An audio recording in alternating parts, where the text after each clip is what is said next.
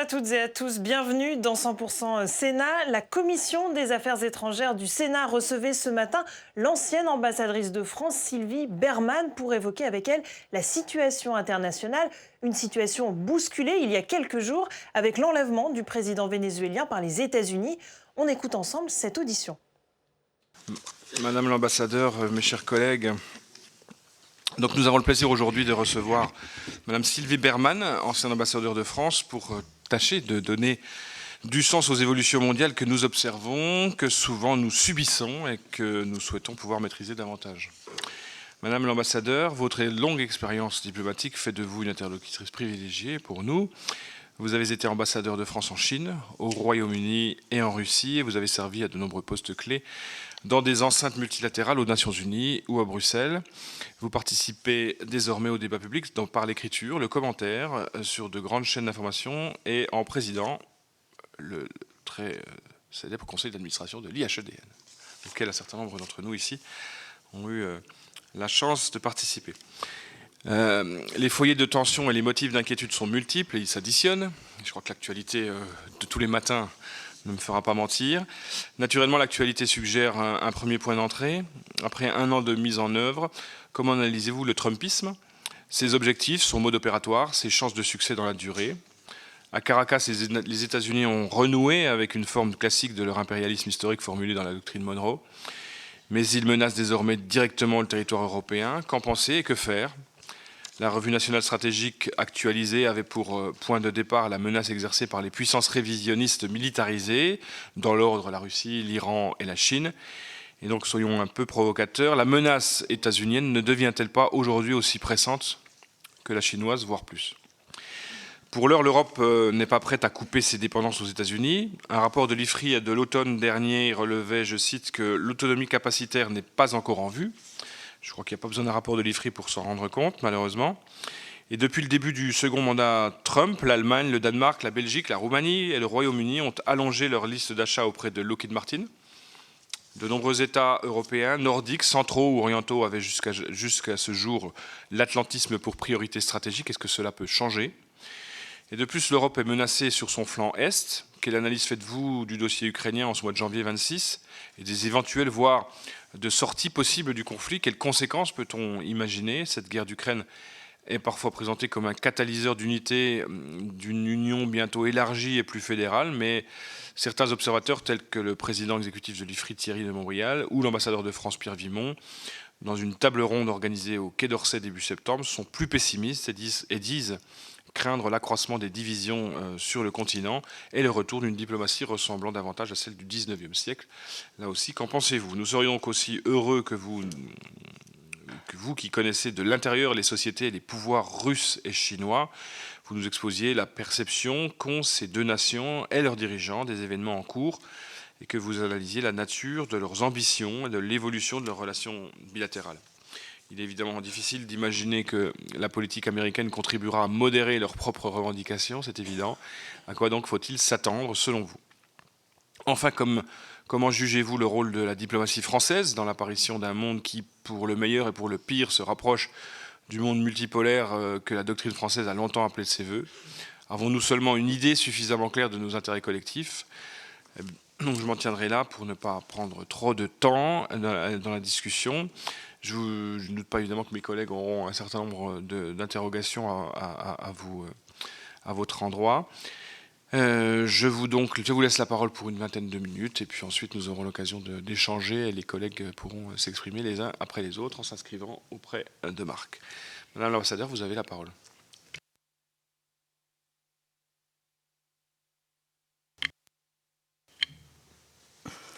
Merci, Monsieur le Président, Mesdames et Messieurs les sénateurs et les sénatrices. Je suis très heureuse de revenir parmi vous. Il y a longtemps, en recherchant mes mails, la dernière fois, c'était en 2020, c'est-à-dire à mon retour de Moscou. Mais sinon, j'étais venue assez souvent. Puis j'ai eu l'occasion, entre-temps, de rencontrer certains d'entre vous, Catherine en particulier. Donc il y a des choses qu'elle a déjà entendues, il n'y a pas très longtemps d'ailleurs. Je me réfère très souvent pour caractériser notre époque à la déclaration d'Anthony Antonio Gramsci dans les années 30 qui disait « Le monde ancien est mort, le monde nouveau n'est pas encore advenu et dans ce clair-obscur surgissent tous les monstres ». Et je crois que c'est ce qui, en fait, caractérise le plus notre période, c'est cette incertitude stratégique où des anciens amis, anciens alliés deviennent ou des adversaires ou des ennemis, ou une puissance comme la Russie, qui certes était une puissance pas dictatoriale à l'époque, mais autocratique, a agressé son voisin. La Chine, pour le moment, est dans l'attente. Et le problème, c'est que dans cette période où c'est la loi du plus fort qui l'emporte, et ça c'est une évidence, l'Union européenne, qui, elle, fondait son existence, enfin sa création et son existence sur la paix, le respect des traités, la réconciliation, est aujourd'hui dans une période d'affaiblissement et effectivement d'interrogation sur son avenir. Vous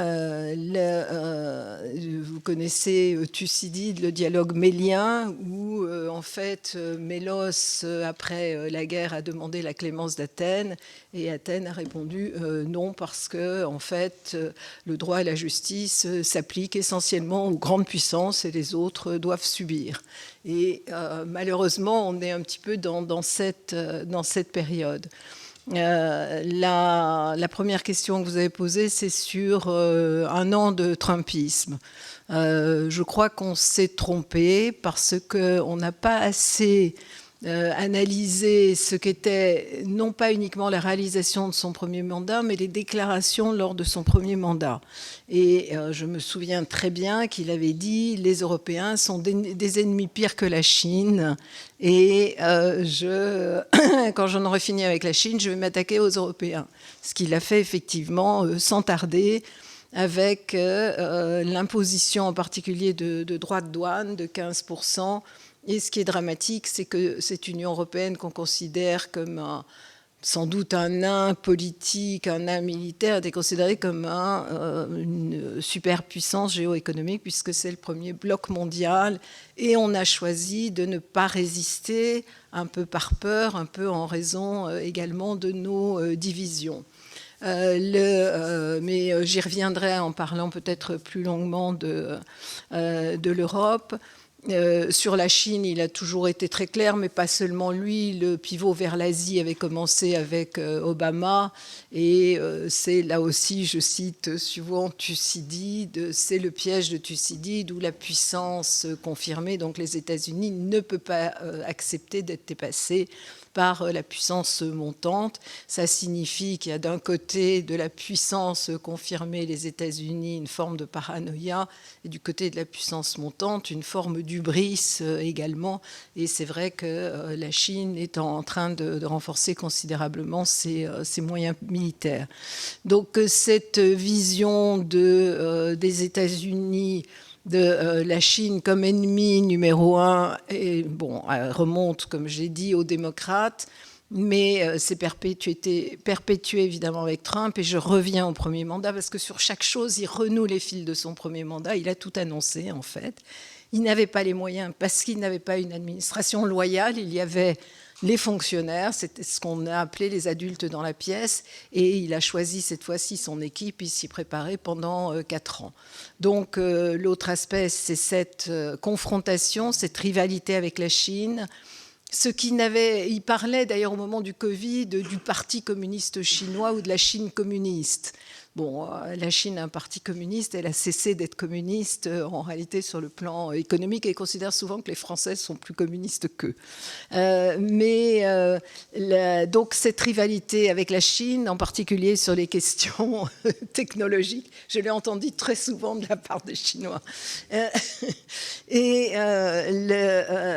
La rivalité technologique, la guerre froide avec le blocus effectivement sur les puces, les microprocesseurs, qui a souvent d'ailleurs des effets pervers, parce que à partir du moment où vous avez des sanctions, vous avez détournement de sanctions, et puis vous avez industrie de substitution, c'est-à-dire que les Chinois, depuis cet embargo, ont fait énormément de progrès sur la miniaturisation des puces. Donc ennemi chinois, ennemi européen. Cette idée également, alors il n'avait pas, je ne sais pas s'il l'avait formulée à ce moment-là, de doctrine Monroe, qu'il appelle aujourd'hui Donroe, par référence à sa personne, puisque c'est quand même une personnalité essentiellement narcissique, c'est de reprendre toute l'Amérique latine, enfin et toute l'Amérique, ce qu'il appelle l'hémisphère occidental, donc du nord au sud, jusqu'à la Terre de Feu. Et en réalité, les Américains s'étaient désintéressés de leur précaré, donc l'Amérique latine, et la Chine est devenue le premier partenaire de tous ces pays. Il a repris la main, d'ailleurs, dès son arrivée avec le canal de Panama, en dénonçant les accords conclus entre Panama et la Chine, puisque c'est une entreprise hongkongaise, mais très liée à la Chine continentale, donc qui contrôlait l'entrée et la sortie du canal de Panama. L'élimination de Maduro, il l'avait déjà évoqué pendant son premier mandat. Et voilà, il est en train de réaliser ce que personne n'imaginait. Parce qu'on s'est dit, Trump est fondamentalement isolationniste, les MAGA qui le soutiennent également, d'ailleurs il y a quelques critiques parmi eux. Il avait dénoncé la politique du régime change des néoconservateurs, en considérant que ça avait débouché sur des échecs, ce qui est vrai sur l'Irak en particulier, mais finalement ce qu'il a fait est du régime change, même si c'est pas totalement le régime, mais le chef de l'État, donc en éliminant Maduro dans une opération militaire remarquablement organisée, mais qui pose quand même un problème de droit international, et d'autant plus que ça crée aussi une forme d'hubris et ce succès militaire, parce que pour le moment, le régime madouriste est toujours en place avec la vice-présidente. Ça l'incite à se tourner vers d'autres pays. Il a parlé de la Colombie, Cuba, parce que la Colombie, pour le coup, est un véritable narco-État. Également, bien sûr, Cuba qui serait la revanche sur la baie des cochons. Et puis, c'est Marco Rubio, donc, qui est fils d'exilés cubains, qui pousse depuis longtemps dans une logique d'ailleurs qui est plutôt néoconservatrice. Et Marco Rubio s'était rallié effectivement au président Trump, pas par conviction, par opportunisme. Il cherchera peut-être à être candidat en 2028 contre J.D. Vance. J.D. Vance qui s'est retiré, effectivement, qu'on n'a pas beaucoup vu sur cette affaire parce qu'il n'était pas favorable, comme beaucoup de MAGA, à des interventions extérieures, considérant que les États-Unis devraient s'occuper essentiellement de leurs affaires intérieures. Et puis, ce qui nous concerne directement, l'autre étape qui a été évoqué aussi pendant son premier mandat, c'est le Groenland. Et alors, pourquoi le Groenland? Il ne cesse de dire que c'est essentiel à la sécurité des États-Unis, alors qu'en réalité, il y a déjà une base américaine et qui peut déployer finalement presque autant de troupes qu'il veut, et le Danemark qui est prêt.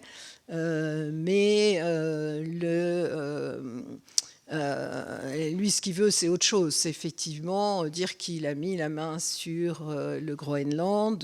Il y aurait non pas une continuité géographique, mais en même temps, il regarde la Russie. Il est fasciné par les superlatifs. Donc la Russie, c'est le plus grand pays du monde avec 17 millions de kilomètres carrés. Donc il se dit que s'il annexe le Groenland, puis il n'a pas abandonné son idée sur le Canada, ça sera plus difficile. Mais il n'empêche que c'est une logique impérialiste et c'est la logique qui est celle de Vladimir Poutine ou dans une moindre mesure de Xi Jinping, je vais y revenir. Il était aussi fasciné par Vladimir Poutine. Et je ne pense pas qu'il ait de compromat ou autre chose. Quand j'étais en poste à Moscou, mon homologue américain, qui n'était pas un vrai Trumpiste, parce je l'avais connu quand il avait été nommé ambassadeur en Chine, par Obama, racontait que Donald Trump l'appelait souvent pendant le week-end, sur des réseaux non cryptés d'ailleurs, pour lui dire quelles étaient ses intentions vis-à-vis de la Russie et de Vladimir Poutine, qui l'admirait. Il voulait venir en Russie, il voulait inviter en visite d'État Vladimir Poutine, mais il l'a fait...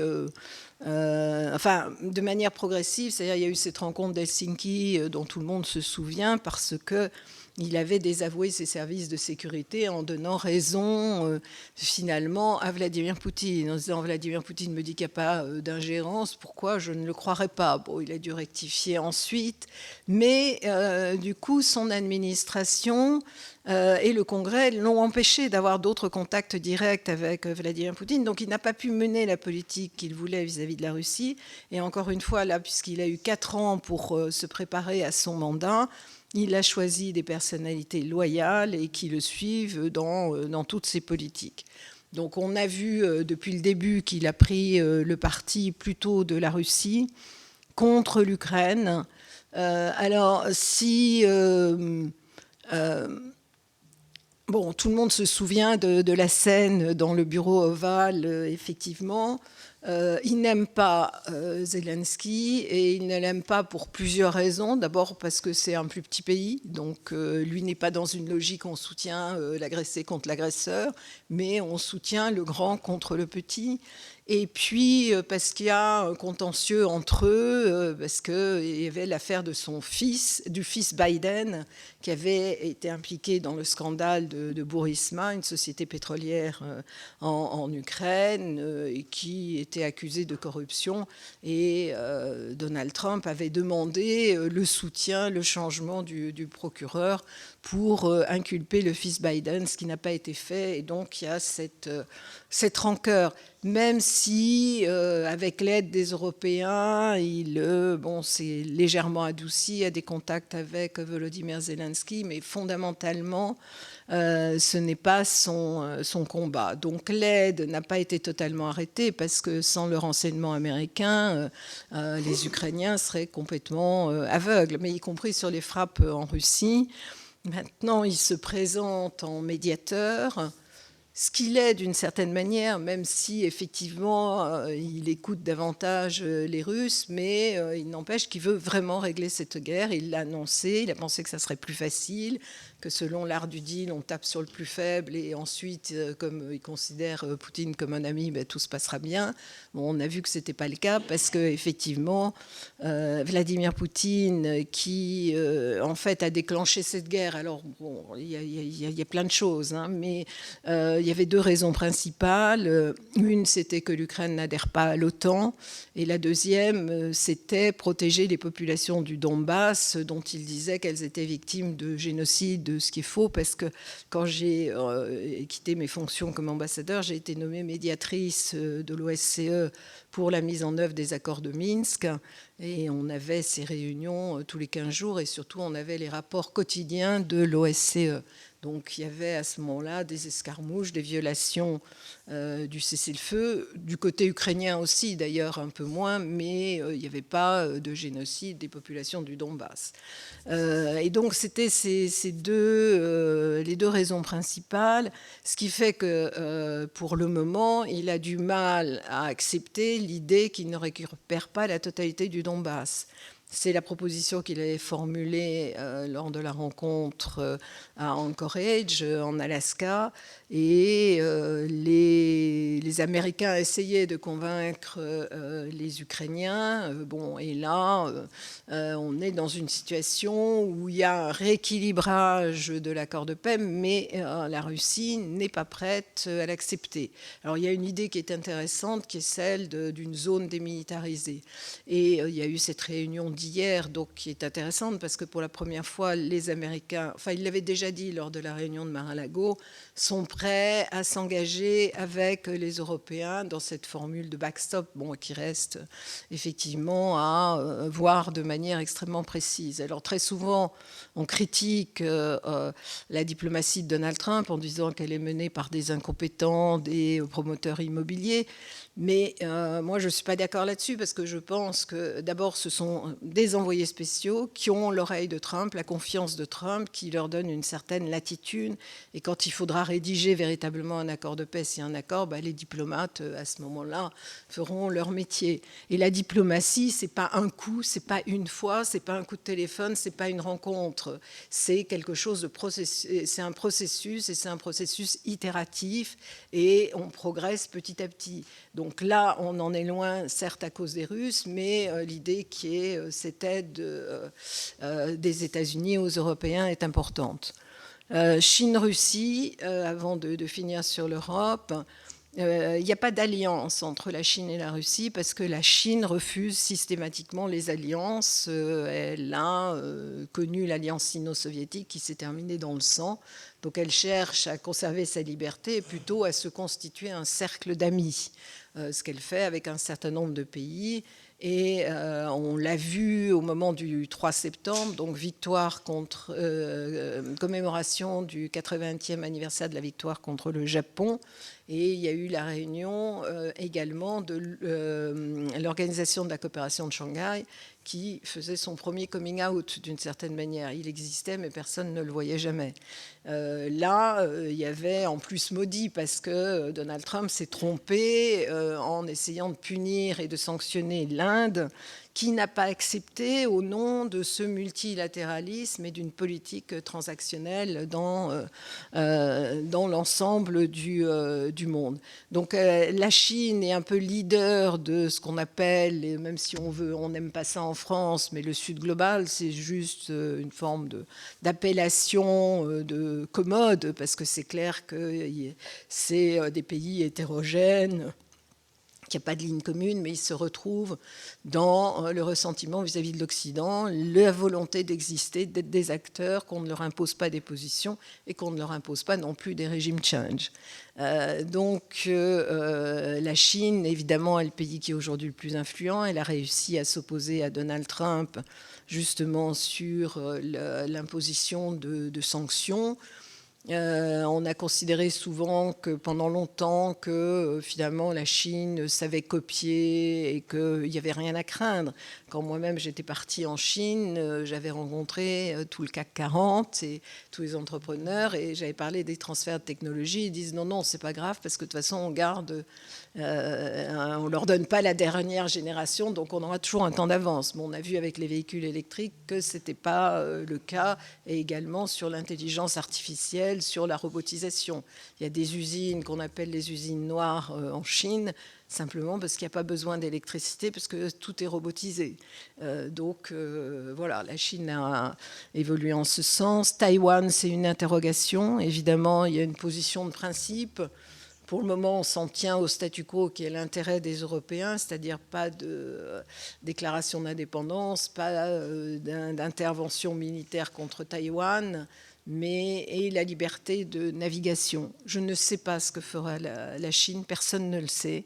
Beaucoup en Chine, et j'y vais une fois par an, pensent, mais bon... Les Russes pensaient que Poutine n'envahirait pas l'Ukraine, et les Ukrainiens aussi, puisque j'y étais 3 semaines avant, et ils le disaient tous, y compris le ministre de la Défense. Donc on ne peut rien savoir, mais c'est vrai que l'action de Trump au Venezuela, puis peut-être dans les mois qui viennent ailleurs, sera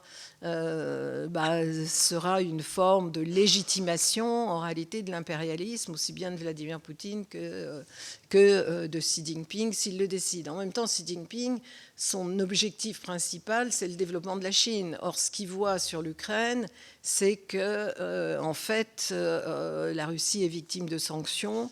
Elle a une économie qui était moins ouverte sur l'extérieur à part les hydrocarbures, alors que la Chine a absolument besoin de continuer à exporter, même si elle professe aujourd'hui une économie davantage tirée par la consommation, mais ce qui ne fonctionne pas, pour des raisons assez simples. Pour ne pas être trop long, je vais passer effectivement à l'Europe, puis je répondrai à vos questions. L'Europe est dans une position d'affaiblissement, comme je disais au début. J'ai été ambassadeur au Comité politique et de sécurité de l'Union européenne au début des années 2000, de 2002 à 2005. J'étais avant chef du service de la politique étrangère et de sécurité commune. Et l'idée était, à la suite de la rencontre de Saint-Malo, qui permettait une action autonome de l'Union européenne, de développer les moyens militaires de l'Union européenne et de lui donner un bras armé. Et je rappelle, pour ceux qui ont peut-être oublié ou n'ont pas su, 1999 à Helsinki, on a adopté un objectif global qu'on a appelé le Headline Goal. C'était la possibilité pour les Européens de déployer 60 000 hommes pendant un an, avec les remplacements nécessaires. Et aujourd'hui, on voit qu'on n'en est pas capable. On a commencé par faire des opérations, des OPEX, mais c'était une logique expéditionnaire. Je ne vais pas revenir sur l'état à la fois de l'armée française et des armées européennes, même si des décisions indispensables sont prises aujourd'hui. Et on sait très bien, quand on parle d'intervention de l'Europe, on avait au début 3 jours de munitions, on a peut-être 15 jours de munitions. Donc la priorité absolue pour l'Union européenne, si elle veut être respectée, c'est d'abord la croissance économique. C'est aussi de se doter d'un instrument technologique et de pas seulement réguler ce que font les autres. Et puis la base industrielle et technologique de la défense. Et de faire, on le fait nous, Français, mais il faut le faire également en commun. Il y a des instruments qui ont été adoptés pour ça, mais tant qu'on n'aura pas cette crédibilité-là, eh bien, les Européens ne seront pas pris au sérieux. Et même, par exemple, Volodymyr Zelensky dit on ne va pas chercher d'alternative à l'aide des États-Unis. Donc même s'il sait que les Européens sont des amis et le soutiennent, il sait très bien que l'accord de paix ne sera possible qu'avec le soutien des États-Unis. Et j'avais vu récemment dans un tweet d'une Ukrainienne qui réside à Washington, souvent elle est accusée d'être pro-russe, mais c'est elle ou un dialogue qu'elle avait, et elle disait en réalité les Européens ne peuvent qu'aider l'Ukraine à perdre plus lentement, ce qui est tragique. Ben oui, mais ça correspond effectivement à la réalité. On sait que l'Ukraine ne peut pas gagner, qu'elle ne peut pas récupérer les territoires et qu'il y aura des concessions inévitables. Donc, ce qui doit être notre priorité, c'est d'abord être réaliste et aider ensuite l'Ukraine à ce que la Russie ne réintervienne pas. Voilà, je vais en finir là parce que j'ai l'impression d'être un peu trop longue. Mais évidemment, je suis prête à répondre à vos questions. Merci, Madame l'ambassadeur. Non, pas du tout. Pas trop long. C'est intéressant et passionnant. Et on va continuer avec les questions de nos collègues. Je commence par Jean-Luc Ruel. Merci, Madame l'ambassadeur. C'est correct, hein, Madame Oui, mais c'est moi qui préfère, mais vous pouvez employer le terme que vous voulez. Je trouve ça très bien. J'avais plusieurs petites questions. Enfin, je vais faire bref. Hein. La première, c'est la réforme de la carrière en France. Qu'est-ce que vous en pensez? Est-ce que ça ne... vous avez bien dit tout à l'heure, hein, j'ai noté que la diplomatie, c'est un processus qui s'établit dans la durée. Donc, avoir des diplomates qui n'auront pas nécessairement une formation bien spécifique, est-ce que ce n'est pas un risque d'affaiblissement de notre diplomatie? Ça, c'est le premier petit point. Et le deuxième petit point, c'est quelles seraient vos recommandations concernant la diplomatie que nous devrions mener en Afrique, notamment avec l'exemple de ce qui s'est passé au Bénin récemment. Il y a une intervention de la France il y a une quinzaine de jours. Qu'est-ce qu'il faudrait faire, puisqu'en fait on est en perte complète, moi je réside en Côte d'Ivoire, on est en perte complète d'influence, alors qu'on fait beaucoup de choses, notamment en matière d'enseignement, en matière de soutien financier au travers de nos organisations telles que l'AFD, etc. etc. Enfin, c'est un sujet vraiment considérable.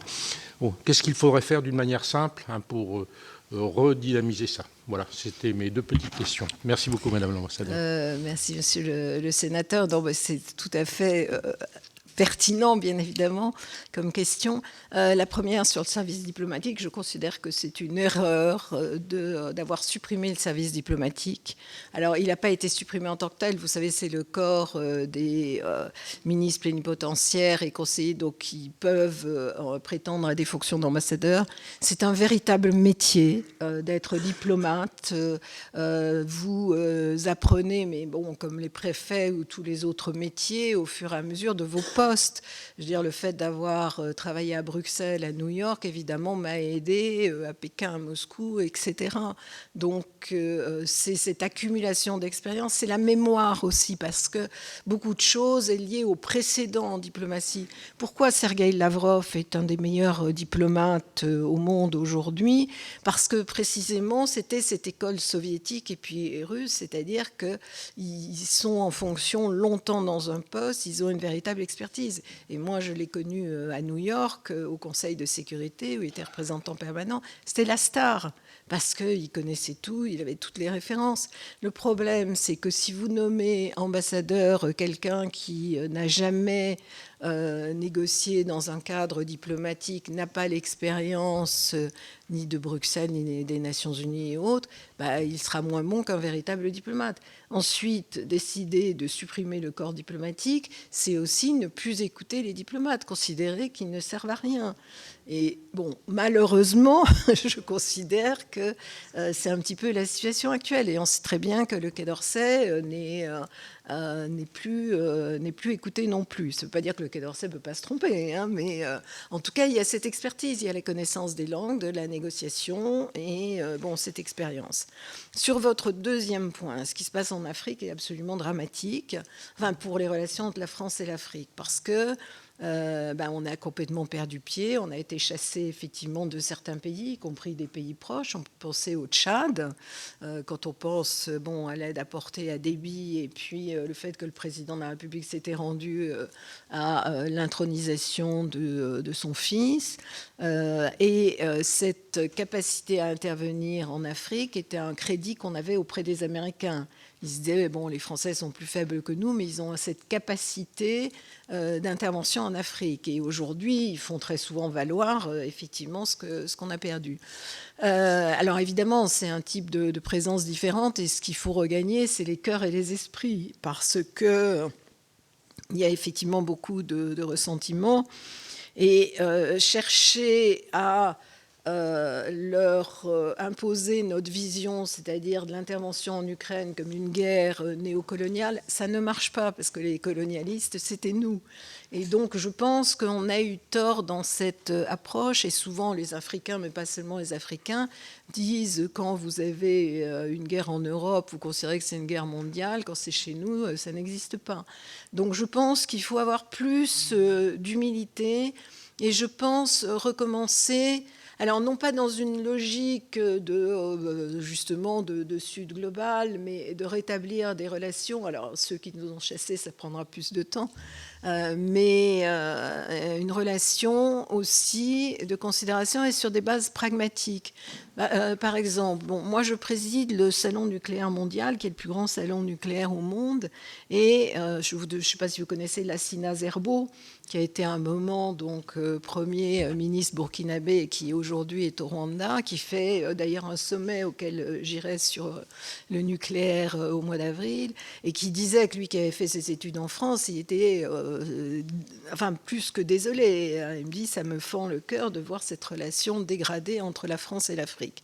Et donc il me disait, il faut moins s'attacher aux aspects politiques et développer une relation, une coopération sur des sujets concrets. Donc justement, il parlait du nucléaire, mais il y a d'autres sujets. Mais en tout cas, on ne peut pas leur parler comme avant, on ne peut pas faire comme si justement il n'y avait pas cette évolution du monde et cette revendication d'être des acteurs eux aussi. Et juste une anecdote, j'étais dans un un colloque où il y avait une Française qui avait été ambassadeur dans quelques pays d'Afrique et qui disait ah mais les Africains, c'était il y a 2 ans, hein, c'était avant toutes ces histoires, les Africains nous aiment, nous on les aime, on se comprend, les Chinois c'est différent. Et une chercheuse camerounaise lui dit écoutez, attendez, quand il y a des projets avec la France ou l'Europe, ça prend énormément de temps. Quand c'est les Chinois, eh ben, ils délivrent. Et donc, voilà. Et ça, je l'ai entendu de beaucoup d'ambassadeurs africains à Pékin. Donc, ça ne sert à rien de dire ce sont des prédateurs. C'est sûr qu'il y a des conséquences négatives, mais au total, ils considèrent que ça a aidé à la reprise économique, à un début de désenclavement et de croissance en Afrique. Mais donc, il faut être plus humble, il faut effectivement exister, avoir une politique africaine, mais sans donner de leçons. Merci beaucoup. Olivier Cadic. Merci, Madame l'ambassadeur, pour vos propos. Nous étions tous deux au Royaume-Uni et lors du référendum sur le Brexit en 2016. 10 ans après, les sondages montrent une évolution significative de l'opinion britannique, avec une majorité de citoyens estimant aujourd'hui que la sortie de l'Union européenne a été une erreur. Comment analysez-vous ce retournement ? Le président cherche à renforcer nos liens bilatéraux avec le Royaume-Uni, notamment sur des angles comme la défense, l'énergie ou l'innovation, tout en préservant la cohésion européenne. Quelles seraient vos suggestions pour accroître ce rapprochement ? Et puisque vous avez été ambassadeur à la fois à Londres et Pékin, je voudrais évoquer Hong Kong. La situation de Jimmy Lai, citoyen britannique de 78 ans, emprisonné depuis 5 ans à Hong Kong et qui risque aujourd'hui la prison à vie pour son engagement pro-démocratie, illustre les tensions persistantes autour de la rétrocession en 1997 et de l'application du principe « un pays, deux systèmes ». Comment évaluez-vous l'évolution de la position européenne face à la Chine entre défense des droits de ses ressortissants et impératifs économiques ? La rétrocession, initialement présentée comme un modèle de transition pacifique, a-t-elle, selon vous, révélé des limites structurelles, notamment en matière de liberté fondamentale ? Quel rôle l'Union européenne et la France en particulier pourraient-elles jouer pour soutenir les valeurs démocratiques à Hong Kong? Je vous remercie. Bien, merci pour ces questions. Je suis très heureuse de vous revoir. Le Brexit est une erreur. Même les artisans du Brexit le reconnaissent aujourd'hui. Maintenant, c'est très difficile de changer pour plusieurs raisons. C'est-à-dire que, à la fois du côté européen et du côté britannique, parce qu'il reste quand même des partisans d'une rupture totale avec l'Europe. On voit la progression de Nigel Farage. Et Nigel Farage, quand j'ai quitté le Royaume-Uni, on m'a dit, de toute façon, il y a eu le Brexit, mais maintenant, sa carrière politique est terminée. Et c'est complètement l'inverse. Un des gros problèmes qui se posent, c'est évidemment la question de l'immigration, mais ce n'est pas uniquement au Royaume-Uni. Et du côté européen, même s'il y avait une demande de réadhésion, les Européens se diraient peut-être que dans 5 ans, avec un nouveau gouvernement, il y aura une autre position. Donc ça, c'est très compliqué. Donc la seule chose qu'on peut faire, en tout cas à ce stade, c'est un rapprochement entre le Royaume-Uni et la France, ce qui est fait actuellement avec la coalition des volontaires, qui est copilotée par les 2 pays. Ils se rapprochent parce qu'ils ont accepté d'adhérer à Erasmus. C'était une erreur totale. C'était Boris Johnson lui-même, d'ailleurs, qui avait refusé que les étudiants britanniques puissent continuer à participer au programme Erasmus. Je pense que dans le domaine de la défense, effectivement, il y a cette relation privilégiée entre la France et le Royaume-Uni. J'avais assisté d'ailleurs à la déclaration d'opérationnalité de la force conjointe franco-britannique. Donc, il faut continuer à travailler sur ces sujets, sur le nucléaire également. Alors maintenant, la question complémentaire, c'est effectivement l'Europe, parce que accorder à un pays qui a quitté l'Union européenne plus de poids qu'aux Européens, ça peut poser un certain problème et accroître la division des Européens. C'est-à-dire qu'à un moment, on pensait que la défense devait se faire à 27. On sait que d'autres pays sont divisés, mais aujourd'hui, j'avoue, pour moi qui ai travaillé 10 ans dans les affaires européennes et qui ai continué dans chacun de nos pays à défendre l'Europe, qu'on ne sait plus quels sont les contours de l'Europe. Tellement les pays ont des positions différentes, et on a vu Giorgia Meloni qui refuse effectivement de participer à la coalition de volontaires, et puis il y a bien d'autres exemples, sans parler de la Hongrie. Donc il faut faire effectivement le maximum avec le Royaume-Uni, mais en même temps, encore une fois, ne pas ignorer l'Europe ou considérer que les autres Européens ne pèsent pas. Et ensuite, sur l'Europe, il faut arrêter, quand il y a des nominations des hauts représentants de l'Europe, de nommer des personnalités qui ne sont pas à la hauteur. Alors, voilà. Je ne donnerai pas de nom, mais vous les avez tous en tête, aussi bien d'ailleurs français qu'étrangers. Donc voilà, on ne peut pas à la fois dire on est plus fort en européen et puis ne pas vouloir que des personnalités fortes nous représentent. Sur la question de Hong Kong, alors j'étais en poste à Hong Kong, c'était même mon premier poste, à l'époque où c'était une colonie britannique, où il n'y avait aucune forme de démocratie, juste le laisser-faire à la britannique, mais c'était un gouverneur britannique et des membres du gouvernement, et les Chinois n'existaient pas. Et d'ailleurs, dans l'île Victoria, il n'y avait pas un Chinois, hein, c'était, sauf les chauffeurs de taxi, les domestiques, enfin c'était très très blanc et très britannique. Alors les Chinois avaient inventé une formule qui était intéressante, qui était un pays deux systèmes et qui a marché pendant une vingtaine d'années, et qui devait servir de modèle à Taïwan. Parce qu'à l'époque où j'étais ambassadeur à Pékin, le responsable au gouvernement des affaires ou au parti des affaires taïwanaises me disait on donnera encore plus d'autonomie à Taïwan, qui pourra conserver sa diplomatie. Et d'ailleurs, ils avaient arrêté de cette diplomatie du chèque pour empêcher les pays qui reconnaissaient encore Taïwan de continuer, pour les pousser à la rupture. Ils ont dit bon, non, on les laisse faire, il n'y a pas de problème. Il y avait beaucoup de Taïwanais à ce moment-là à Pékin, et l'idée c'était ça, c'est qu'ils, formellement, les Chinois, pour des questions de face, parce que ça remonte à Mao, hein, cette volonté de réunification, mais ils auraient des avantages encore plus grands que Hong Kong.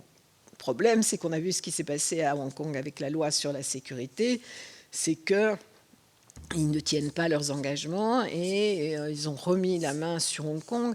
Alors, pas surtout sur les questions juridiques, sur les questions économiques, il y a encore une relative autonomie, mais effectivement, sur tout ce qui concerne les droits de l'homme, c'est impossible. Vous avez pris l'exemple de Jimmy Lai, qui est un acharnement, parce qu'effectivement, c'est un homme âgé, enfin, ça n'a pas de sens. Mais simplement, le problème des Chinois, c'est qu'ils sont arc-boutés sur ces questions-là.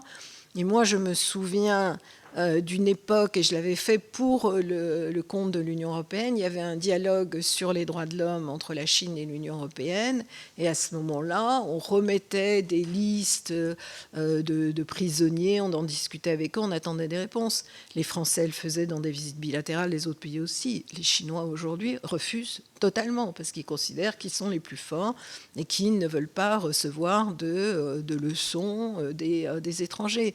Et cette idée de faire émerger d'ailleurs le Sud global répond à ça, c'est-à-dire une politique d'hostilité à toute forme d'ingérence, surtout sur ces questions-là. Les guerres commerciales, ils peuvent gérer, mais tout ce qui concerne les droits de l'homme, non, parce qu'ils considèrent que Gorbatchev est tombé là-dessus. Et donc, le parti communiste étudie ça comme un cas d'école pour éviter que ça se reproduise. Ce qu'il faut faire, je n'en sais rien. Désolée, je pense qu'il faut continuer à exprimer nos préoccupations, mais on n'est plus dans une logique, si on se réfère au rapport de force, où on peut exiger des Chinois telle ou telle politique. Mais rappeler en tout cas nos préoccupations, ne serait-ce que pour des raisons humanitaires. Merci beaucoup. Catherine Dumas.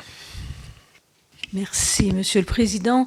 Madame l'ambassadeur, donc vous nous avez montrer comment la Russie et la Chine n'ont pas d'alliance, mais plutôt un pacte stratégique qui se dessine de plus en plus dans le monde, avec un rejet des valeurs occidentales quand même, je pense que ça c'est ce qui les relie, et puis aussi un partage des zones d'influence.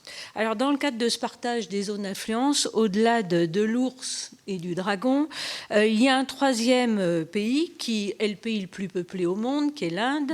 Vous en avez parlé, mais très très brièvement tout à l'heure, qui est une démocratie avec des élections, on parle plutôt d'une autocratie. Nous avons eu l'occasion, dans le cadre de cette commission, d'effectuer un travail sur ce pays, et avec notamment Hugues Saury, de nous y rendre. Un pays où il y a très peu de contre-pouvoirs, d'ailleurs, mais un pays qui occupe une place dans une autre zone stratégique du monde. Donc, comment, à votre avis, ce pays va évoluer dans cet affrontement, enfin, en tout cas, ces prises de position entre la Chine, la Russie, les États-Unis et donc ce quatrième pays?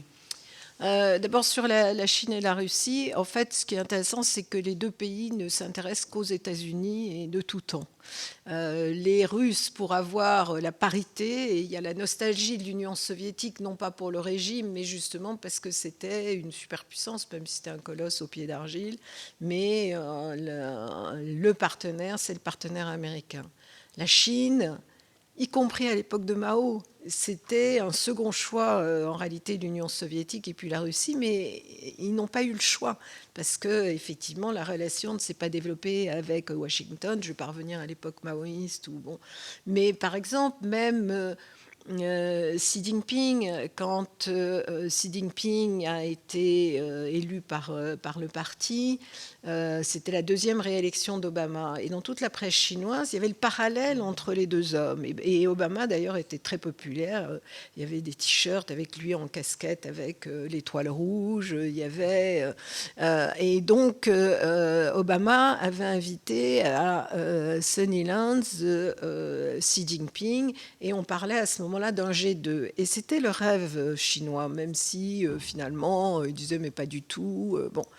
Et puis, il y a eu ce pivot vers l'Asie, ce qui fait que ces deux pays ont considéré qu'ils avaient un ennemi commun qui était les États-Unis. Et il y a un principe en diplomatie, hein, c'est l'ennemi de mon ennemi et mon ami. Et c'est sur cette base-là qu'ils ont des relations, non pas parce que les deux peuples s'apprécient, s'aiment ou sont intéressés par leur culture, mais parce qu'effectivement, c'est un pacte stratégique, parce qu'ils ont cette même vision. Alors, pas d'ingérence occidentale, pas d'hégémonie occidentale, dédollarisation du monde, parce que ça donne un pouvoir exorbitant. Le dollar donne un pouvoir exorbitant aux États-Unis. Alors, l'Inde, les relations entre la Chine et l'Inde, on le sait, sont conflictuelles. Et contrairement à la Russie et à la Chine, qui ont réglé leurs problèmes territorial. Il y a eu un accord en 2004, pardon, parce que j'entends beaucoup de gens dire « Ah, mais ils ont un conflit territorial ». Non, ça, c'est fini. Mais avec l'Inde, il y a un conflit territorial, on le sait très bien, et il y a souvent des escarmouches, et il y a une vraie méfiance. Mais l'attitude américaine fait que, et cette volonté de punir, et cette logique d'extraterritorialité des sanctions, fait qu'il y a ce rapprochement entre la Chine et l'Inde, en tout cas au plus haut niveau. D'ailleurs, c'est pour ça que Modi est allé à Tianjin. Alors, comme vous le dites, l'Inde, c'est plus une démocratie, hein. Il y a des élections, mais enfin, c'est un État qui est, enfin, un dirigeant qui est aussi un mâle alpha, avec une politique très sectaire, effectivement, dans le pays, bon, sur le plan religieux, mais également sur le plan ethnique. En revanche, l'Inde a défini effectivement une politique transactionnelle qui les appelle multi-alignements. Alors, il se trouve que je connais très bien le ministre des Affaires étrangères indien parce que c'était mon homologue à Pékin et que c'est quelqu'un de très, très intelligent, de très conceptuel, qui a écrit un livre qui s'appelle India Way, et effectivement qui conceptualise cette politique de relations totalement sortis de l'idée de bloc. C'est un peu le non-alignement traditionnel qui appelle le multi-alignement. Donc s'ils veulent des relations avec Washington, ils les ont avec la Russie en même temps, avec la Chine s'il le faut, par intérêt, et c'est ça qui compte effectivement pour les Indiens. Alors, j'étais il n'y a pas très longtemps sur les questions nucléaires, et j'avais posé la question à notre ambassadeur, et je demandais si l'Inde avait finalement 15 ans de retard sur la Chine, et il m'a dit non, parce que la différence entre les Chinois et les Indiens, c'est que les Chinois sont déterminés. J'avais une amie chinoise qui me disait même que les Chinois voulaient changer leur destin, alors que les Indiens conservent cette part de fatalisme qui fait que New Delhi est extrêmement pollué, irrespirable, alors que Pékin, aujourd'hui, le ciel est bleu. Alors que moi, j'ai connu ce qu'on a appelé l'apocalypse, où effectivement, on ne voyait rien et c'était irrespirable. Donc l'Inde, c'est un pays qui évolue, qui a de très, très grandes entreprises, et en même temps, vous voyez toujours les mendiants sur des planches à roulettes et sans membres, sans qu'on fasse quelque chose. Ils ont en même temps le plus grand nombre d'ingénieurs au monde, ils en ont plus que les Chinois. Donc les choses évolueront certainement, hein, mais ça prendra certainement un certain temps. Merci, madame. Christian Cambon. Merci, Président. Madame l'ambassadeur, moi je voudrais revenir sur la conférence de Paris qui s'est tenue hier. Cette coalition des volontaires qui réunissait un nombre assez conséquent de dirigeants européens, et qui peut-être pour la première fois a évoqué de manière un peu plus claire les garanties de réassurance que souhaite apporter l'Europe à une éventuelle fin du conflit en Ukraine. Et donc, je voudrais bien avoir votre lecture sur les conclusions, et notamment celles qui visent à mettre en œuvre la présence, à titre de réassurance, de forces armées, singulièrement françaises et britanniques, sur le territoire ukrainien, alors même que, et les médias n'ont pas manqué de le rapporter immédiatement, M. Poutine a fait à de nombreuses reprises des déclarations sur ce sujet, disant qu'il n'y aurait jamais de cessez-le-feu et d'accord de paix si ceci sous-entendait la présence de forces de l'OTAN en Ukraine, puisqu'on sait bien qu'en fait, le fondement du conflit entre la Russie et l'Ukraine, c'est le rôle de l'OTAN, l'éventuelle adhésion de l'OTAN, etc. Et donc, est-ce que ce ne sont pas des paroles verbales et des engagements qui n'engagent que ceux qui les tiennent, parce que finalement, cela sous-entend qu'il n'y aura pas d'accord de paix, puisque si les forces de réassurance françaises et britanniques doivent être sur le territoire, ça voudrait dire que la Russie s'opposera systématiquement à un cessez-le-feu, et donc ça engage pour un conflit qui peut durer éternellement. Donc, quelle est votre analyse, quelle est votre lecture de ces engagements ? Je pose cette question parce qu'on peut l'espérer, un jour ou l'autre, le Parlement peut avoir à en connaître. Ce serait du reste plutôt bien et démocratique. Et une question complémentaire de fond, puisque vous avez été notre ambassadeur en Russie, est-ce que vous ne considérez pas que le fait que la France se soit engagée très fort dans une position très hostile à la Russie nuit un petit peu à l'efficacité de notre action ? Est-ce que la France n'aurait pas pu trouver un moyen terme qui aurait peut-être fait de notre diplomatie et de notre pays un acteur plus efficace dans la recherche de la paix ? Oui, bonne question, effectivement. Sur le premier point, alors d'abord, vous avez complètement raison, c'est-à-dire que l'OTAN est au cœur, ou la crainte de l'OTAN est au cœur de la décision de Vladimir Poutine, même s'il y en a d'autres, et s'il ne veut pas de l'Ukraine dans l'OTAN, il ne veut pas davantage d'OTAN dans l'Ukraine. Et donc la possibilité d'un déploiement de forces franco-britanniques ou européennes, ou en tout cas de membres de l'OTAN, n'est pas acceptable pour la Russie. Donc je ne pense pas qu'il puisse y avoir de déploiement sur le terrain même.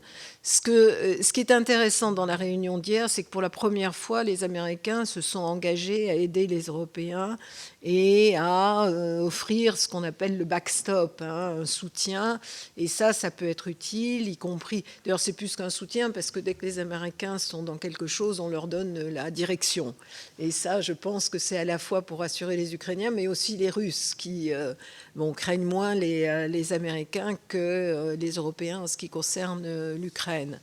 Donc je pense que c'est bien de travailler sur ces sujets, de travailler de manière concrète. Je pense qu'il n'y aura pas de déploiement en Ukraine même, mais on peut imaginer, s'il y a un accord de paix, une force de réaction rapide. C'est-à-dire ce que la Russie peut-être accepter, c'est une fois qu'il y a un accord, qu'effectivement, il y a des garanties pour qu'il n'y ait plus d'invasion. C'est-à-dire, je pense que la Russie n'aura pas les moyens de recommencer de toute façon, parce qu'on voit bien qu'elle progresse difficilement sur la ligne de front, qu'eux-mêmes craignent les Ukrainiens, et craignent en fait surtout que l'armée s'est renforcée et essaie de reconquérir les territoires.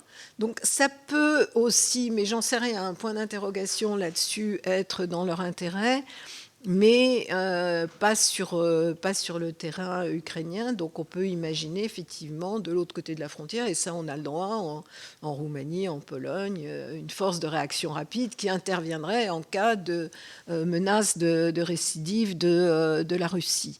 Moi, ce que je pense, c'est que si jamais il y a une zone démilitarisée, c'est une idée intéressante, parce que ça évite de faire perdre la face et aux Ukrainiens et aux Russes dans la partie qui reste du Donetsk. Parce qu'il faudrait, c'est une force multilatérale, et qu'il soit une force non pas onusienne, parce que l'ONU est assez discréditée, mais une présence alors d'une autre forme de coalition de volontaires dans laquelle il pourrait y avoir des Indonésiens, des Bangladeshis, des Indiens éventuellement, qui puissent rassurer aussi les Russes. Alors là, pourquoi pas avec des Européens, mais ça reste à voir, on en est loin, et qui aurait la bénédiction du Conseil de sécurité. Mais on s'inscrit dans la phase post-accord de paix, et non pas... on a du mal à contribuer aujourd'hui véritablement à un accord. Maintenant, sur le fait qu'effectivement, le président de la République, qui avait essayé au début de maintenir le lien avec Vladimir Poutine, et au départ, il avait raison d'ailleurs d'essayer de mettre fin à la guerre. Bon, après, il y a eu un retournement total, et il n'y a plus de relation avec la Russie. Moi, ce qui me gêne, c'est que, en fait, si vous voulez aider à un accord de paix, vous ne pouvez pas parler qu'à une seule partie, et être obligé de se tourner vers Daddy Trump pour faire passer les positions françaises ou européennes à la Russie. Alors, le président de la République a annoncé il y a quelque temps qu'il faudrait reparler à Poutine, ce qui est bien, il cherche un cadre pour le faire. Mais je constate aussi aujourd'hui, après plus de 40 ans de diplomatie, où les chefs d'État ne s'insultaient pas, qu'aujourd'hui, c'est devenu courant. Donc finalement, je pense que Poutine, de toute façon, d'ailleurs il l'a dit, acceptera de reparler à Macron. Merci beaucoup. Nicole Duranton. Merci, Monsieur le Président. Merci, Madame l'ambassadeur, pour vos différentes analyses qui sont passionnantes. Donc, vous l'avez dit, vous avez 40 ans de diplomatie derrière vous. Donc, votre expérience couvre des contextes diplomatiques très différents, bien entendu. Donc, autoritarisme chinois et russe, démocratie britannique. Comment adapter nos méthodes d'influence selon les régimes ? Diplomatie économique, culturelle de défense, quels leviers ont été les plus efficaces dans vos différents postes et où la France doit-elle investir davantage? Et comment évaluez-vous le rôle de la diplomatie numérique et de l'influence par les réseaux sociaux dans ces 3 pays? Je vous remercie. Merci. Donc, en fait, quand je parlais de diplomatie en disant que c'est aussi au quotidien, c'est que les ambassadeurs sont la voix et le visage de leur pays, et l'action est moins visible, mais la diplomatie ne peut pas se résumer à une visite annuelle d'un président ou d'un ministre. C'est tous les jours, et c'est aussi l'intervention dans les dans les universités, dans les médias aussi. Et quand j'étais à Londres, j'intervenais assez souvent à la BBC et puis sur d'autres chaînes également. Mais je l'ai fait même en Chine où les choses sont plus contrôlées et même effectivement en Russie. Et je pense que c'est important.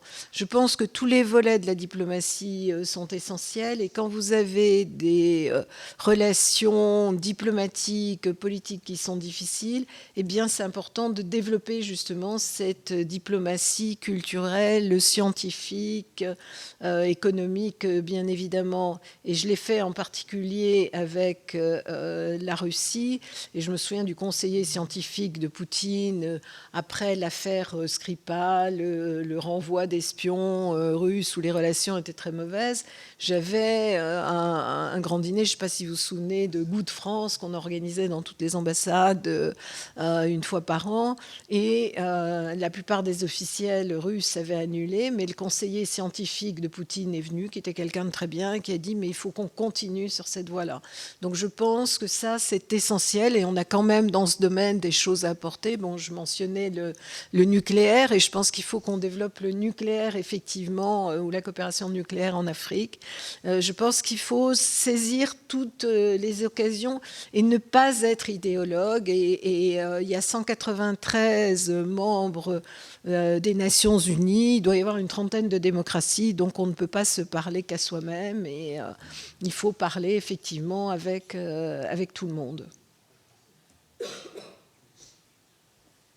Et en distinguant, c'est-à-dire c'est aussi pour ça que je dis qu'il ne faut pas, et ça vaut pour la France et ça vaut pour l'Europe, ne pas aborder les pays en tant que sud global. Non, il faut les aborder en fonction de leur mérite propre. Et par exemple, sur l'Inde, ce qui est intéressant, c'est que pendant des années, la France ne s'intéressait pas du tout à l'Inde.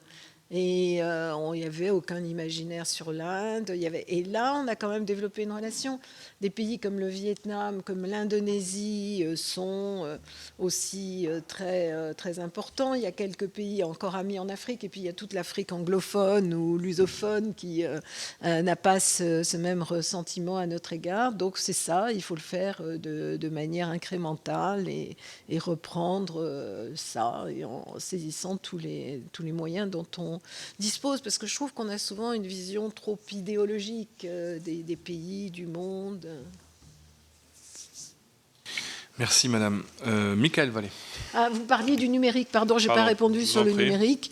Le numérique prend une place de plus en plus importante, qui est à la fois positive, parce que effectivement, ça permet de communiquer. Moi, je l'ai beaucoup fait quand j'étais aussi en Russie, puisque c'est un pays gigantesque avec 11 fuseaux horaires. Et donc, j'utilisais aussi à l'époque le réseau social russe, Vkontakte, pour que les positions de la France soient connues aussi bien à Vladivostok qu'à Moscou. Et donc, c'est effectivement un outil démultiplicateur. Mais en même temps, et ça a évolué depuis en fait mon départ, c'est que maintenant c'est devenu aussi l'outil du complotisme, de la haine, des insultes. Moins qu'on puisse dire. Je recommence donc, Michael Vallée. Merci, Monsieur le Président. Madame, bonjour. J'aurais aimé que vous puissiez nous aider à dissiper ou à lever un mystère qu'on observe depuis quelques jours. On est passé assez rapidement sur la question du Venezuela, qui est quand même un basculement, puisque maintenant on prend au sérieux les déclarations du président Trump sur d'autres perspectives à suivre, et les fils d'information là depuis ce matin sur la question du Groenland surchauffent. Ma question est la suivante. Il y a eu une déclaration du ministre des Affaires étrangères, il y a eu une déclaration du président de la République retweetée par le président américain, qui est probablement la marque du fait que nous en sommes de cet hémisphère-là et que ça rassure un certain nombre en tout cas une certaine partie de la classe politique française. Il y a un terme qui n'est utilisé par personne, qui n'est pas non plus utilisé par les journaux les plus sérieux. Moi, j'ai été très frappé de voir, je ne veux pas citer lesquels, mais que des canaux d'information très sérieux ont pu utiliser le terme d'extradition sur Maduro, ce qui est quand même totalement sidérant. Donc le terme qui n'est utilisé par personne est celui de coup d'État. C'est en ce moment la réunion des ambassadeurs. On croise du monde dans les couloirs et un certain nombre d'ambassadeurs ou d'ambassadrices avec qui nous pouvons parler ont des opinions partagées. C'est-à-dire qu'il y en a qui, sans hésitation, disent « bah oui, c'est quand même difficile d'appeler les choses autrement », et d'autres qui moyennent et qui disent « oui, mais on se pose aussi des questions sur la légitimité du régime de Maduro, donc est-ce que c'est vraiment un coup d'État ?» D'autres de dire que finalement Trump aurait presque été chic type parce qu'il aurait pu faire tomber totalement le régime et gentleman, il ne l'a pas fait, donc finalement ça ne serait pas un coup d'État parce qu'il n'aurait enlevé et kidnappé que le chef de l'État, mais qu'il aurait laissé un régime en place. Mais si on pousse cette réflexion, ça voudrait dire que les États-Unis d'Amérique seraient en train de conforter un gouvernement illégitime, ce qui s'appelle également un coup d'État. Vous parliez tout à l'heure du fait que la diplomatie, d'abord, est de métier. Je vous remercie d'avoir une opinion aussi tranchée, aussi claire sur la réforme qui a eu lieu, et que donc on apprend aussi des précédents. La France, en 2021, au Mali, a dénoncé littéralement un coup d'État qui a renversé des putschistes de 2020. Donc sur la question de l'illégitimité du régime précédent, on voit que précédemment, on a su malgré tout, voir ce qu'étaient des coups d'État. En Guinée, en 2021, nous dénonçons un coup d'État contre un régime qui a été issu d'élections qui sont sujettes à caution, comme celle du Venezuela, puisqu'il n'y a personne pour défendre le régime de Maduro, qui est quand même un sombre abruti, y compris comparé à Chavez. Et au Burkina, en 2022, la France dénonce également un coup d'État contre un pouvoir lui-même issu d'un coup d'État mené quelques mois plus tôt. Qu'est-ce qui fait, madame, qu'on ne sait plus utiliser les termes ? Et à mon avis, c'est dangereux pour la suite, puisque comment est-ce qu'on pourra continuer à graduer les choses lorsque nous aurons affaire à des situations qui ne seraient pas des coups d'État, et pourquoi est-ce qu'on ne désigne pas un coup d'État par le terme de coup d'État ? La justice n'est pas la même selon qu'on est puissant et misérable, comme cela a été très bien dit. On a peur de Trump. Et donc, c'est pour ça que le président de la République, non seulement n'a pas parlé de coup d'État, mais n'a même pas dit qu'il y avait une violation du droit international. Donc il a rectifié un peu dans un autre cadre, mais en réalité c'est ça, comme vous l'avez dit, que Donald Trump a retweeté. Et que en fait, quand les puissances globales parlent d'un deux poids, deux mesures de la part de l'Occident, ils ont raison. On a passé notre temps, effectivement, à faire ça. Bon, sur l'Irak, la France s'y était opposée, mais c'est, comme on le dit pour l'Ukraine, c'était une guerre d'agression non provoquée. Il y a eu énormément de morts civiles, de crimes de guerre, et on n'a pas inculpé George W. Bush. Et donc ça, tous ces pays, aujourd'hui, nous le ressortent. Maduro, c'était effectivement un dictateur qui a volé les élections. Est-ce que ça autorise pour autant les États-Unis à le renverser? Alors autrefois, les États-Unis faisaient du régime change avec l'illusion d'instaurer la démocratie, mais ça a été un tel désastre, que ce soit en Irak ou en Libye, que Donald Trump n'a pas voulu faire ça, mais en même temps, il conforte les successeurs de Maduras, qui sont autant d'ailleurs favorables à Maduro qu'avec sa vice-présidente et puis toute l'équipe. Bon, il faudra voir comment les choses évoluent. Mais quand on qualifie, ça dépend du pays. C'est-à-dire que c'est facile sur des petits pays ou en Afrique, et ça l'est moins avec les États-Unis. D'autant plus qu'avec la priorité ukrainienne, les Européens sont complètement inhibés. D'ailleurs, si vous avez vu la déclaration de Merz, chancelier Merz, c'est encore pire. Il dit « Ah, mais c'est la complexité, il faut qu'on y réfléchisse. » Bon.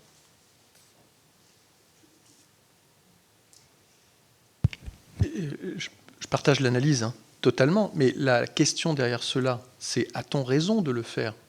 Parce que bien évidemment qu'il faut être un peu sioux, que la diplomatie, ça ne consiste pas à s'écraser ou à être toujours poli, mais à obtenir ce qu'on veut dans son intérêt, tout en laissant à l'autre la possibilité de dire qu'il l'a obtenu aussi. Enfin, nous étions dans un monde civilisé, j'espère qu'on y est encore, mais la question c'est, est-ce que ce comportement-là est un comportement habile ?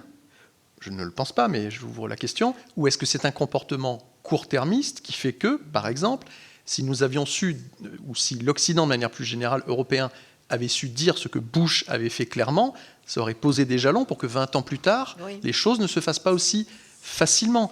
Et que finalement, ce que fait Trump aujourd'hui fait presque passer les actions des États-Unis. Je vais prendre un seul exemple. Il y en a énormément. Guatemala 54 pour quelque chose de fin et de presque correct.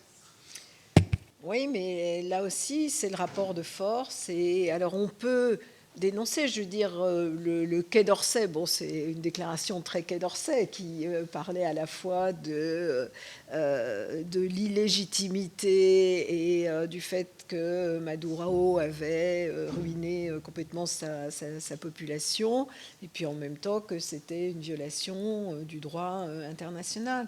Mais justement, si vous prolongez sur... alors donc, on rappelle le droit et on est content de rappeler le droit. Mais en même temps, on n'est pas en mesure d'exiger quoi que ce soit parce qu'on n'est pas en position de force.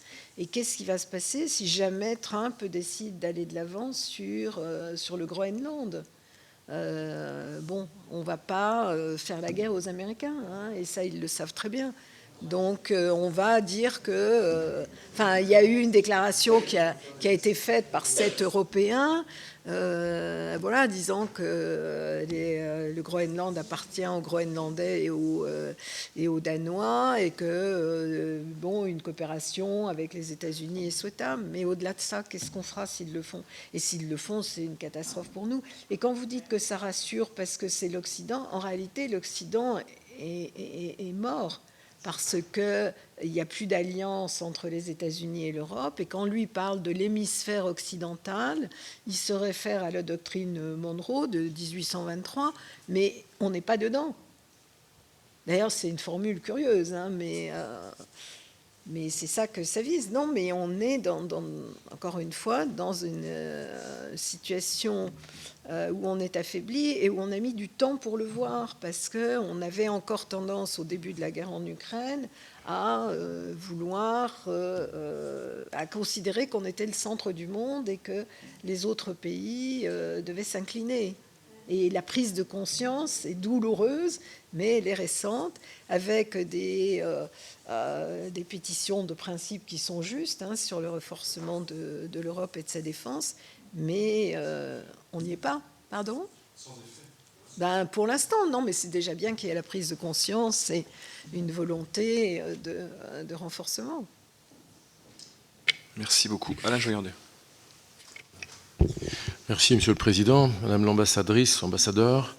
Merci d'être avec nous et bravo pour cette brillante carrière, 40 ans, vous avez rappelé tout à l'heure.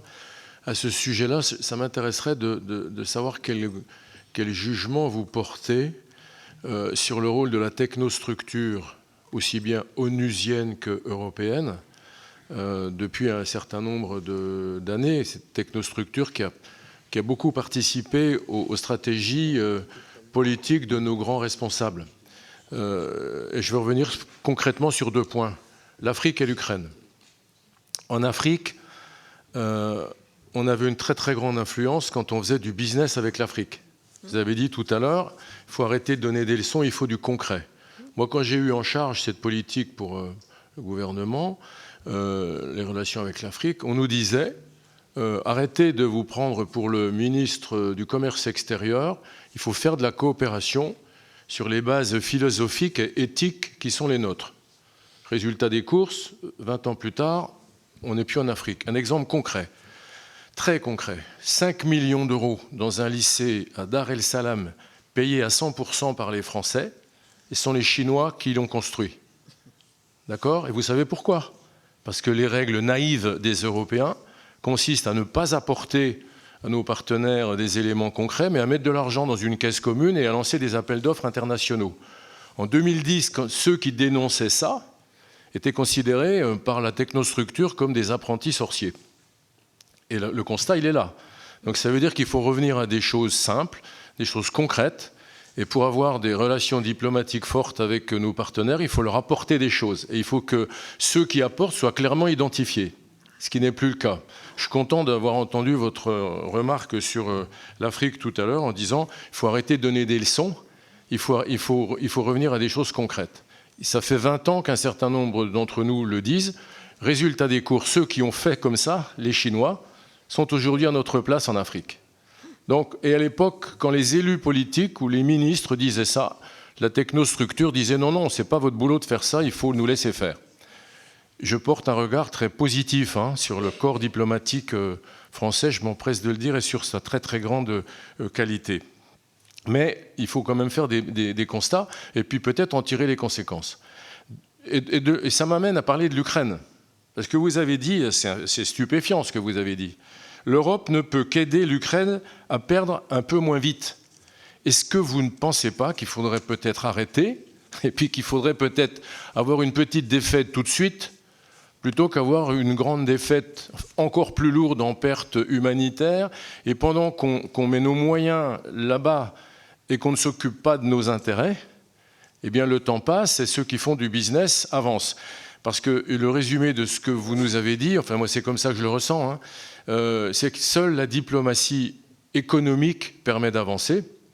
Les pays forts en économie, les pays qui ont de l'argent, les pays qui ont de l'influence arrivent à obtenir des victoires diplomatiques. Et puis les autres, c'est-à-dire nous, les Européens, les Français, on fait des commentaires. On connaît bien la situation, on la commande très très bien. Et on fait des réunions, mais pendant ce temps-là, les autres avancent. Donc est-ce que vous ne pensez pas, et c'est ma question très concrète, est-ce que vous ne pensez pas qu'en Ukraine, par rapport à ce que vous avez dit, l'Europe devrait, comment dire, je ne veux pas prendre de mots trop brutaux, mais est-ce que l'Europe ne devrait pas à un moment dire il y a un Yalta, on va bénir ce Yalta avec l'aide des Américains et on arrête de s'époumoner. Et plutôt, on pense, nous les Européens, par exemple, à essayer de construire une Europe de la défense, à essayer de peser à nouveau face aux États-Unis, puisque les États-Unis sont en train de nous lâcher, mais ce n'est pas la première fois. Donc, vous voyez, deux questions. Donc, est-ce que vous pensez que l'on s'est trompé depuis un certain nombre d'années, donc la technostructure avec, la diplomatie avec, et puis concrètement en Ukraine, est-ce que vous ne pensez pas qu'il faudrait arrêter de contribuer à ce que l'Ukraine perde un peu plus lentement? Alors, sur la première question, vous parliez de technostructure onusienne et européenne. Je pense que ça vise plutôt l'Europe en réalité et la logique européenne qui était, et moi j'ai bien connu ça effectivement, où on avait des accords qu'on appelait de 4e génération dans lesquels on mettait des exigences en termes de droits de l'homme, de lutte contre la corruption qui n'ont jamais servi à rien. Et on a financé des cabinets, souvent d'ailleurs anglo-saxons, pour donner des leçons à ces différents pays. Il n'y a eu aucun progrès en matière de lutte contre la corruption, mais ça nous empêchait, avec ces conditionnalités, effectivement... Alors qu'on lutte contre la corruption, c'est nécessaire, bien évidemment, mais ce n'est pas en leur donnant des leçons, en leur donnant des textes que les choses peuvent changer. Il faut qu'on vérifie, justement, quand on donne de l'argent, que ça ne parte pas dans les canaux de corruption.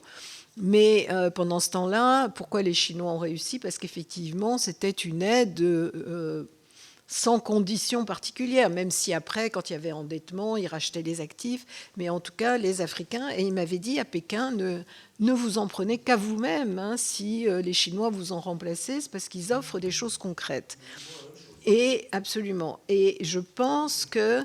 alors les Chinois m'avaient dit, c'était le moment du lancement des routes de la soie en 2013, on a réfléchi et on a vu ce dont les pays avaient besoin, pas seulement d'ailleurs en Afrique, mais en Asie centrale, en Amérique latine. Et ils disaient ils ont besoin d'infrastructures justement pour se développer. Et nous, on refusait de construire ou d'aider pour des infrastructures parce que justement on était sur cette vision plutôt droits de l'homme et donc on a échoué. Et ce qui est très intéressant, c'est que l'Union européenne a adopté, je ne sais plus, il y a 3 ans, un programme qui s'appelle le Portail Global, Global Gateway, et qui précisément copie ce qu'ont fait les routes de la soie, c'est-à-dire utiliser cet argent pour des infrastructures. Ça permet d'identifier aussi qui les a donnés, mais il y a beaucoup de progrès à faire dans ce domaine et je crois qu'effectivement c'est la voie qu'il faut suivre, sinon, effectivement, on est perdant. Sur l'Ukraine, c'est un sujet quand même très, très difficile, parce que c'est un pays donc, qui a été agressé, et on l'a aidé au titre de la défense légitime. Et c'est difficile. Alors aujourd'hui, je pense que ce qu'on devrait faire, c'est travailler peut-être davantage avec les Américains pour avoir un accord de paix rapidement, en rééquilibrant pour que ce soit aussi que l'Ukraine y trouve un intérêt, et en particulier en termes de réassurance. Maintenant, est-ce qu'on peut cesser d'aider totalement l'Ukraine aujourd'hui? C'est difficile, parce que ce qu'on souhaite, c'est qu'elle soit dans une position un peu plus favorable pendant la négociation. Mais c'est vrai qu'aujourd'hui, et d'ailleurs, en fait, Zelensky le sait très bien et il l'a bien compris, mais en même temps, il a une population, à la fois les militaires qui sont sur le front, puis je pense des nationalistes et une partie de l'opinion publique, qui n'est pas prêt à accepter effectivement cette concession qu'il considère comme une capitulation. Moi, j'ai vu sur les accords de Minsk que les Ukrainiens ne voulaient pas appliquer les accords de Minsk parce qu'ils considéraient que c'était un accord de capitulation. Et ils me l'ont dit, et un jour, le délégué ukrainien pour les accords de Minsk a dit un statut spécial pour le Donbass, no way, hors de question. Le problème, c'est que c'était la base des accords de Minsk et qui aurait permis la réintégration des territoires. Mais aujourd'hui, c'est difficile parce qu'encore une fois, si vous dites on abandonne totalement l'Ukraine, l'Ukraine, c'est la défaite totale. Et pour le coup, c'est une vraie capitulation. Mais on est sur une ligne de crête. Ma réponse n'est pas satisfaisante et c'est... Monsieur le Président, juste un mot, si je peux. Juste vous remercier de rappeler quand même les accords de Minsk 2014, parce qu'on n'en parle jamais. Et puis vous dites les Ukrainiens n'en voulaient pas, alors qu'ils étaient d'accord. Et en plus, les Français et les Allemands devaient être les notaires de cette affaire-là. Et entre 2014 et 2022, il y a eu presque 10 000 morts. Donc on refait l'histoire, mais il y a des choses qui sont factuelles. Merci de l'avoir rappelé. Merci. Hugues Saury. Pardon, j'avais point. Jérôme, mais Hugues, on terminera avec Jérôme. Merci. J'avais pas vu, excusez-moi. Merci, Madame l'ambassadeur, de la clarté de votre exposé et de vos réponses.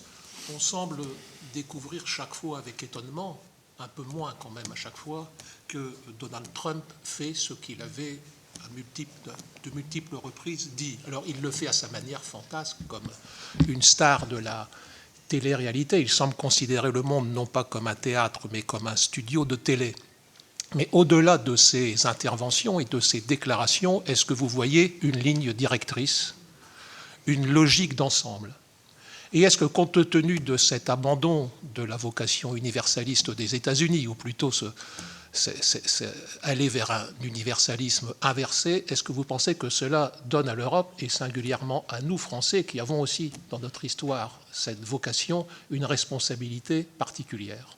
Vous avez rappelé qu'il n'existait plus en France dans le monde, qu'une trentaine de démocraties. Je crois que c'est 29, et elles sont pour la plupart en Europe.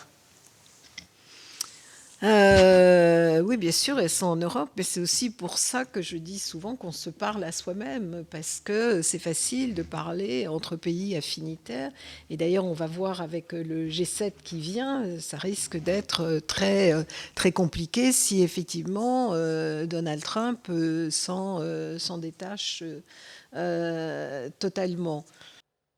Merci à toutes et à tous d'avoir suivi cette audition qui avait lieu ce matin au Sénat. Pour suivre l'actualité internationale, rendez-vous sur notre site publicsénat.fr et puis on en parle tous les jours dans nos émissions. À très bientôt donc, belle journée sur les chaînes parlementaires.